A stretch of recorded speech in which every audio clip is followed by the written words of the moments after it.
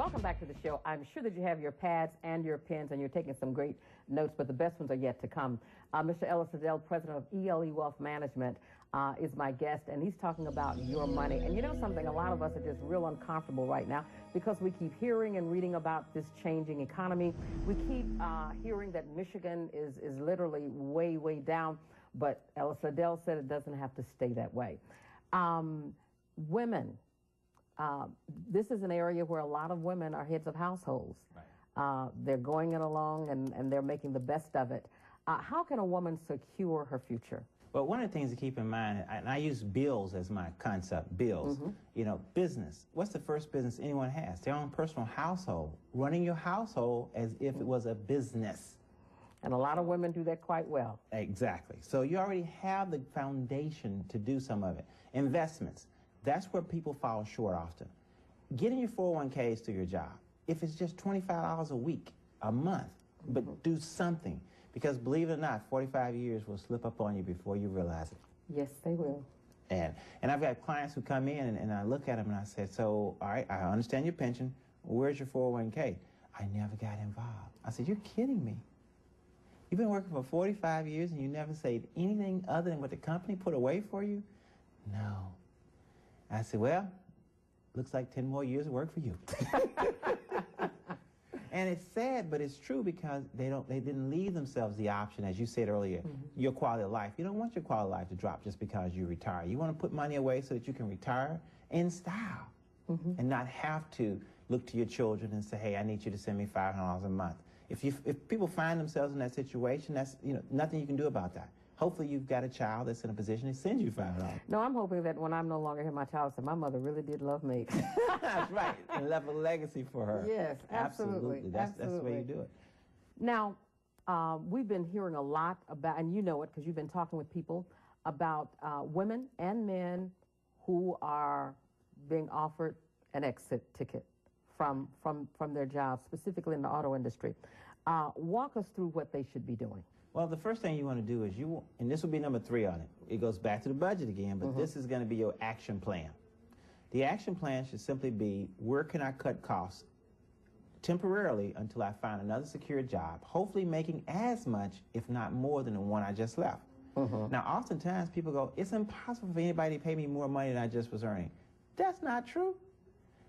It's all about how you sell yourself. One of the questions that I ask every employee that I hire is, how much would you like to make?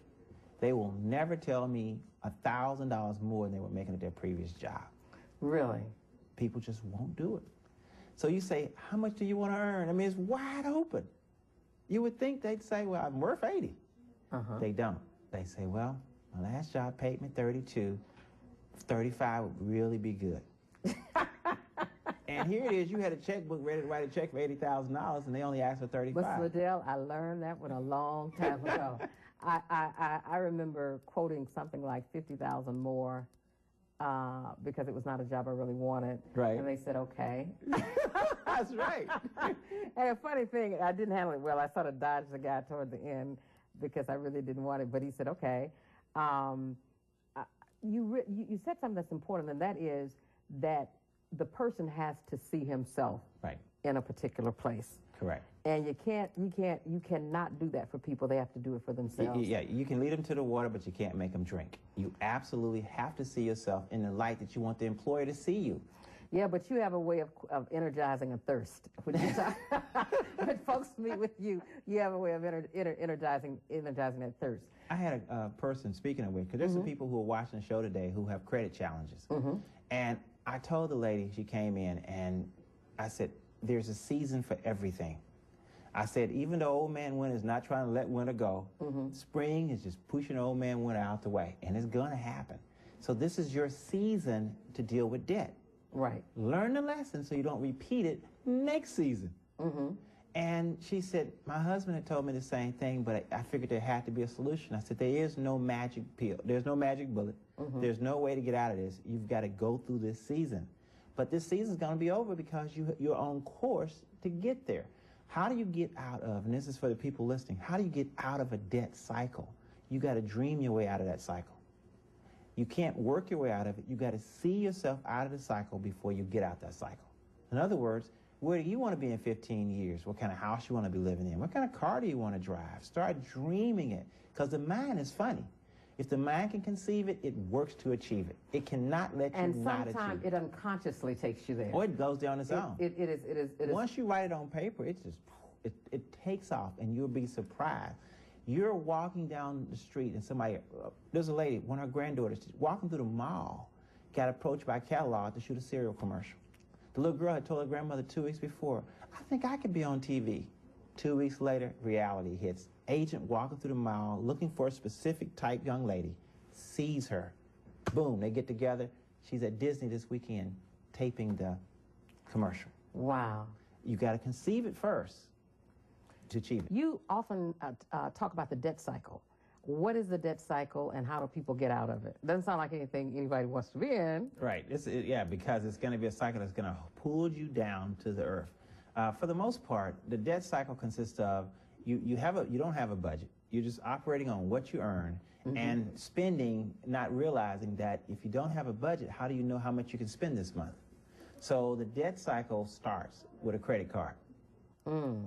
And you start charging your credit card because your justification is, I need to improve my credit anyway. Right. Okay. That becomes a part of the justification. Okay. And then ultimately what happens is you get to where you max out your card and you can't pay down the interest on it.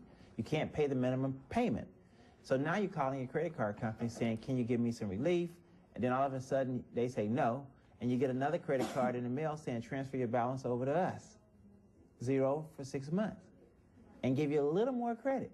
And you find yourself playing that game and creating more and more of a debt cycle. Well, you're going to have to fix that. As if, with a buyout, for example, if a person's been offered a buyout package, they've got to sit down and itemize those things that they can cut temporarily. Well, that same thing happens with paying down your credit. You've got to figure out a way to get out of debt. Well, can you get out of debt? Can you borrow your way out of debt? No. You're going to have to actually do something to get yourself out of debt. That something is going to probably be give up something. Cable, home phone, just use your cell phone. You're going to have to figure out something to... So when you're cutting costs, you don't need a cell phone and a home phone? Absolutely not. One or the other. And in reality, do you need both? You probably just need your cell phone. You know, most people find themselves making long-distance calls on their cell phone, especially if it's after the time that it's free. That's right. And so with that in mind, you're going to have to manage your household better, all the way down to the small thing. Do you know that during every depression, women's lipstick has always went up in sales? Say that again. During every depression, women's lipstick has always gone up. Lipstick sells in spite of what's going on in the economy. And it spikes when there's a depression. Why? Do you want to convince yourself that things are not as bad as they appear to be? Well, things can be bad, but you don't want to look bad. Now, that's interesting. Yeah. So women's lipstick sells in spite of everything. Okay. What games are they playing with these interest rates on credit cards? Well, if you miss one payment on anything, it could be on your mortgage. The new rule with credit cards is that they can send it to the maximum rate. That might be 30%, 29%. So you may have had a 6% card that just overnight went to 35%, 30%. So live-in determines that, but it could just spike on you. And then once it spikes on you, you're having a hard time making a minimum payment already. Imagine if you got to add to that. And they can do it. One missed payment. That's part of the new credit card. Not credit rules that were put in place back in 2006. Ms. Liddell, when we come back after this break, you're going to help us get there, get us started, and stay there. Yes. Right? Now, this part you really don't want to miss, so stay with us. I'm Mildred Gaddis.